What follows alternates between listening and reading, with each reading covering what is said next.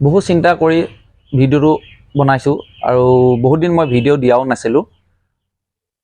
কথাবিলাক এনেকুৱা ধৰণৰ, ৰাতি শুই থাকোঁতে কিছুমান বস্তু মানে মনলৈ আহে, চিন্তা কৰোঁ, মানে আমি মানৱ জাতি লৈ পেলাই।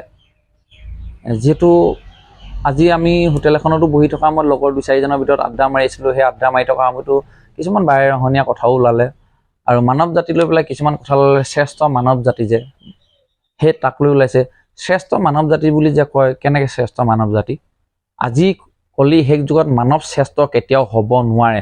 মোৰ দৃষ্টিৰে মই দেখোঁ, যদি মানৱ শ্ৰেষ্ঠ হ'লহেঁতেন, এখন শুদ্ধ সমাজ হ'লহেঁতেন, যদি বা আমি এখন শুদ্ধ সমাজৰ ব্যক্তি যদি হ'লোহেঁতেন, কেতিয়াও আমি 3মহীয়া বা 2মহীয়া এটা সন্তানক নিজৰ পিতৃয়ে হাত ভৰি ভাঙি কেতিয়াও নিদিলেহেঁতেন। শ্ৰেষ্ঠ সেইকাৰণে মই মানৱ নহয় বুলি কৈছোঁ।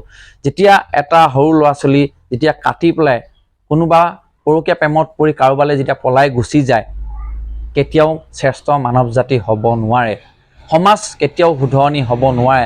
যেতিয়া আমি সমাজৰ এটা ভাল কাম কৰোঁ, সমাজৰ ভাল কাম এটা কৰা এজন ব্যক্তি যেতিয়া সমাজৰ হাঁহি পাত্ৰ হয়, আৰু এজন সমাজৰ ভাল কাম যেতিয়া কৰে, সেই মানুহজন সমাজৰ হাঁহি পাত্ৰ হয়। আৰু যিজন ব্যক্তিয়ে সমাজত এক দুৰ্নীতি ভ্ৰষ্টাচাৰ কৰে, সেইজন ব্যক্তি সমাজৰ এজন সন্মানিত ব্যক্তি হৈ পৰে, তাকে সমাজ বোলে। আৰু শ্ৰেষ্ঠ কেনেকৈ মানৱ হ'ব? মানৱ জাতি কেতিয়াও শ্ৰেষ্ঠ হ'ব নোৱাৰে। মোৰ দৃষ্টিৰে মই দেখোঁ, ময়ো নিকৃষ্ট এজন ব্যক্তি বুলিয়ে ক'ব লাগিব। মই ভাবোঁ, মোৰ দৃষ্টিৰে যেতিয়া মানৱ জাতিত ময়ো পৰোঁ, ময়ো এজন মানৱেই হয়, গতিকে ময়ো পৰোঁ নিকৃষ্ট জাততে পৰোঁ বুলিয়ে ক'ব লাগিব। যিহেতু মই শ্ৰেষ্ঠত কেতিয়াও নপৰোঁ। এইকাৰণে নপৰোঁ কৈছোঁ, যে 3মহীয়া ল'ৰাজনক যেতিয়া হাত ভৰি ভাঙি দিয়ে, বা নিজৰ ল'ৰা ছোৱালী কাটি বা পানীত পেলাই যেতিয়া অবৈধ প্ৰেম কৰি পেলাই মানুহ যদি পলাই যায়, কেনেকৈ মানৱ জাতি শ্ৰেষ্ঠ হ'ব? কিছুমান ৰাতি শুই থাকোঁতে এইবিলাককে চিন্তা আহি থাকে। আজিও ঠিক তেনেধৰণে হোটেলত চাহ খাই থকাৰ সময়ত, আড্ডা মৰাৰ সময়ত এনেকুৱা ধৰণে আমাৰ কথা কিছুমান আমি পাতিছিলোঁ। কিন্তু মনটোৱে নকয়, খুৰ ধুৱাই থাকে। আজি আমি কওঁ আমাৰ নিজৰ মানুহক লৈ, নিজৰ মানুহ বুলি ক'লে এইটো নহয় যে অকল মুছলিম সম্প্ৰদায়ে মই ক'ব বিচাৰিছোঁ বুলি নহয়, অসমীয়া জাতিৰ কথা কয়। আজি মই অসমীয়া যুৱক হিচাপে যদি কিবা এটা কাম কৰোঁ, আমাৰ অসমীয়া মানুহে আমাক কি কৰে, লেং মৰা এক ব্যৱস্থা কৰে, এক ধান্দা কৰে। কিন্তু সেই একেখিনি কামকে যদি মাৰোৱাৰী বিহাৰী যদি কৰি জানে, তাক কিন্তু লেং মাৰিবলৈ কাৰো সাহস নাথাকে, কাৰণ হাই প্ৰফাইলৰ মানুহ। আমি নিজকে নিজে আমি সদায় তললৈ ঠেলি গৈ আছোঁ। অৰ্থাৎ মোক এজন অসমীয়া যুৱকেই মোক হেঁচা মাৰিব, বা ময়ো অসমীয়া যুৱক এজনকে হেঁচা মাৰিছোঁ, কাৰণ যে আমি কিবা এটা কৰিবলৈ যেতিয়া যাওঁ, তেতিয়া আমাক হেঁচা মাৰি ধৰে, আমাৰ নিজৰ ল'ৰাই আমাক হেঁচা মাৰি ধৰে। তো কেনেকৈ শ্ৰেষ্ঠ মানৱ হ'ব?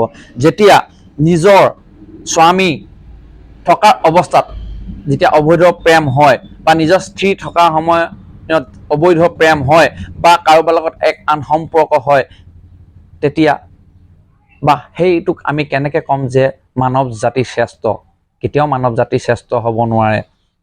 কাৰণ আজি আমি সমাজত বহুতো কিছুমান মানুহ দেখোঁ, সমাজৰ এক গণ্য মান্য ব্যক্তি হ'ব পাৰে, কিন্তু আটাইতকৈ তেওঁ সমাজৰ ভিতৰুৱা অঞ্চলত ভিতৰে কিন্তু আটাইতকৈ সমাজৰ তেখেত কলংকিত মানুহ। যেতিয়া এটা ল'ৰাই যেতিয়া অকণমান অভদ্ৰামী শব্দ দুটামান যেতিয়া কয়, মানুহে ভাবে এই ল'ৰাটো বৰ অভদ্ৰ, এই ল'ৰাটো বৰ বেয়া, এনেকুৱা ধৰণৰ ভাবে। কিন্তু নহয়, সি কিন্তু শুদ্ধ মানুহ, সি এজন স্পষ্টবাদী মানুহ। সি সমাজত যেতিয়া সি এটা বা ভাল শব্দ বা এটা বেয়া শব্দ যেতিয়া কথা কয়, সি কেতিয়াও বেয়া হ'ব নোৱাৰে। যেতিয়া সমাজত জান শুন পোনা যেতিয়া কয়, এনেকুৱা মানুহবিলাক সদায় ভয়ংকৰ হৈ পৰে। কিন্তু সেইকাৰণে মই মানৱ জাতি শ্ৰেষ্ঠ বুলি নকওঁ। এইকাৰণে নকওঁ, আজি কলি শেষ যুগত মানৱ কেতিয়াও শ্ৰেষ্ঠ হ'ব নোৱাৰে। যদি মানৱ শ্ৰেষ্ঠ হ'লেহেঁতেন, নিজৰ পত্নী থকা অৱস্থাত কাৰোবাৰ লগত অবৈধ সম্পৰ্ক কেতিয়াও মানৱ জাতিয়ে নকৰে। বহুতো কথা আছে, এইখিনি সময়ত মই পাহৰি গৈছোঁ, আৰু ক'বলগীয়াও বহুতো আছিলে। কিন্তু মানৱ জাতিক লৈ পেলাই কিছুমান বস্তু বহুতো চিন্তা কৰোঁ। আৰু মই তেনেকুৱা এজন কোনো গণ্য মান্য ব্যক্তিও নহয়, সৰু মানুহ, সাধাৰণ মানুহ, কাৰোবাৰ পকেটত সোমাই থকা এজন ব্যক্তি হয়। কিন্তু এইবিলাক লৈ কিছুমান বস্তু মনত অকণমান খুৰধুৱনি আহে। যেতিয়া ভাল কাম এটা কোনোবা এজন ব্যক্তিয়ে বা নিজকে হ'লেও বা কৰিবলৈ যাওঁ, সদায় সমাজৰ পৰা আমি এটা বান্ধোনত থাকোঁ, বা সমাজে আমাক টানি ধৰে যে এই কামটো কৰিব নালাগে, সেই কামটো কৰিব নালাগে, কিন্তু আগুৱাই যোৱাত কোনো সহায় নকৰে। তো সেইকাৰণে এই ভিডিঅ'টো বনাইছোঁ। যদি আপোনালোকে ভাল পায়, বা মোৰ কথাখিনি যদি আপোনালোকে শুদ্ধ বুলি ভাবে, আপোনালোকে মোক এবাৰ কমেণ্টত জনাব যে মোৰ কথাখিনি ভুল আছে নে শুদ্ধ আছে। কিন্তু মই এটা কথা শেষত আপোনালোকক বাৰে বাৰে ক'ম, মই শ্ৰেষ্ঠ মানৱ জাতি কেতিয়াও নেভাবোঁ। দৰকাৰ হ'লে মই মৰি যাম, শ্ৰেষ্ঠ মানৱ জাতি কেতিয়াও হ'ব নোৱাৰে। এইকাৰণে হ'ব নোৱাৰে কৈছোঁ যে 3মহীয়া ল'ৰাটো কেতিয়াও শ্ৰেষ্ঠ মানৱে কেতিয়াও 3মহীয়া ল'ৰা এটা হাত ভৰি নেভাঙে। কেতিয়াও এগৰাকী মাতৃয়ে নিজৰ ল'ৰা ছোৱালী পানীত পেলাই কাৰোবাৰ লগত পলাই গুচি নাযায়। যদি মানৱ জাতি শ্ৰেষ্ঠ হ'লহেঁতেন, যদি নিজৰ পত্নী থকা অৱস্থাত কাৰোবাৰ লগত শাৰীৰিক সম্বন্ধ কৰে, কেতিয়াও সি মানৱ শ্ৰেষ্ঠ হ'ব নোৱাৰে। গতিকে মোৰ কথাখিনি ভুল নে শুদ্ধ আপোনালোকে এবাৰ কমেণ্টত জনাব। আৰু যদি ভিডিঅ'টো ভাল পায় আপোনালোকে লাইক কমেণ্ট শ্বেয়াৰ এটা কৰিব বুলি মই আশা কৰিছোঁ। ধন্যবাদ। জয় অসম।